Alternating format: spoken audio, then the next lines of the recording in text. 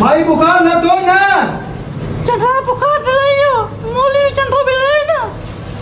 हाल में हाल तू तो माके सुनियो करे छजो आ एतरो खर्च मा कारोबार में ना बिजनेस में आना ना इंटे मा करोड़पति हुजा है दिस खीसा खाली मुर्स मवाली करोड़पति हुजे हल चुप करे इज्जत में धराए थी मोहा बीमारी अल्लाह नियाला शिफा कदो नौकर भी चंडो वाला है कादे होने ना मैंने अंदर आने बदी पगार मठियां बस चाबी अंदर ही दिंदा है रमो वो रमो पुटा हलिया भाई हलिया अरे जी ने लाए कादे रन्ना सुदो डेली तो ने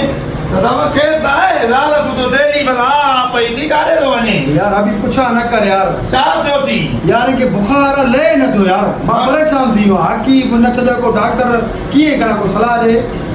चले वाला पद तू असारे पाड़े में रुखशा पीर रहे तो रुखशा हां ना जाने रुख करे ना ये तना मेरे ये बीमारी तो नहीं के कुछ नहीं नती मेहरबानी कर बारे में सवाल कर अरे हाल क्या हुआ को मसलो ना है हां सबर कर अरे दीदा बाबा तू हर ऊपर एक्स्ट्रा न कर रहा है सारी अंदर जे माने पढ़ाई कर तो सुन हां बस तुझी घर वाली ये न्यूरो जे चलती हां मेहरबानी कर मेहरबानी हेलो आजो तो हां माता तालो हां समझे हां कहते हलिया ना यो तो माता तो हां अच्छा बदी गाला रंद पूरी दा नहीं बदी गाली ये रदाला पूरी दा नहीं हेलो माता हम हेलो अचो पीर जी करामत ॾिसो अचो पीर जी करामत ॾिसो पाण खे बचायो पंहिंजी ज़ाल खां पाण खे बचायो अचो पीर जी करामत ॾिसो अचो पीर साईं अचो अचो अचो अचो अचो अचो अचो अचो अचो अचो वाह हे तो पीर साईं वेो साईं वेो हाँ बच्चा छा मसलो आहे मुर्शिद साईं तव्हां जी करामत जा पाड़े में होका था हलनि तव्हां जी करामत जा पाड़े में वरस था हलनि तव्हां जी करामत जा माण्हू पना विकिणंदा था अचनि एॾी करामत मुर्शिद साईं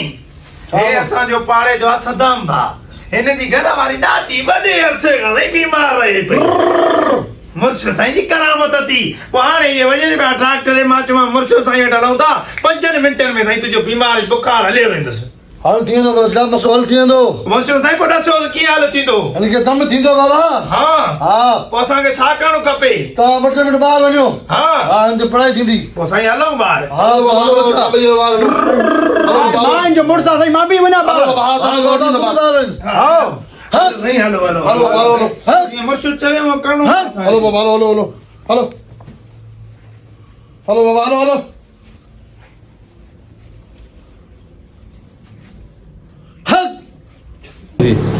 हाँ नहीं हाँ मौलवी नहीं पढ़ाई तो करे थे अब है तू पेरो गल किए साईं वॾी करामत है नहीं इनजे करे ताईं एतिराम क्यों था बिना जूतनि जी मां भी लावा तो को हा ला क्यों हाँ बाबा कवे शुरू कयूं हाणे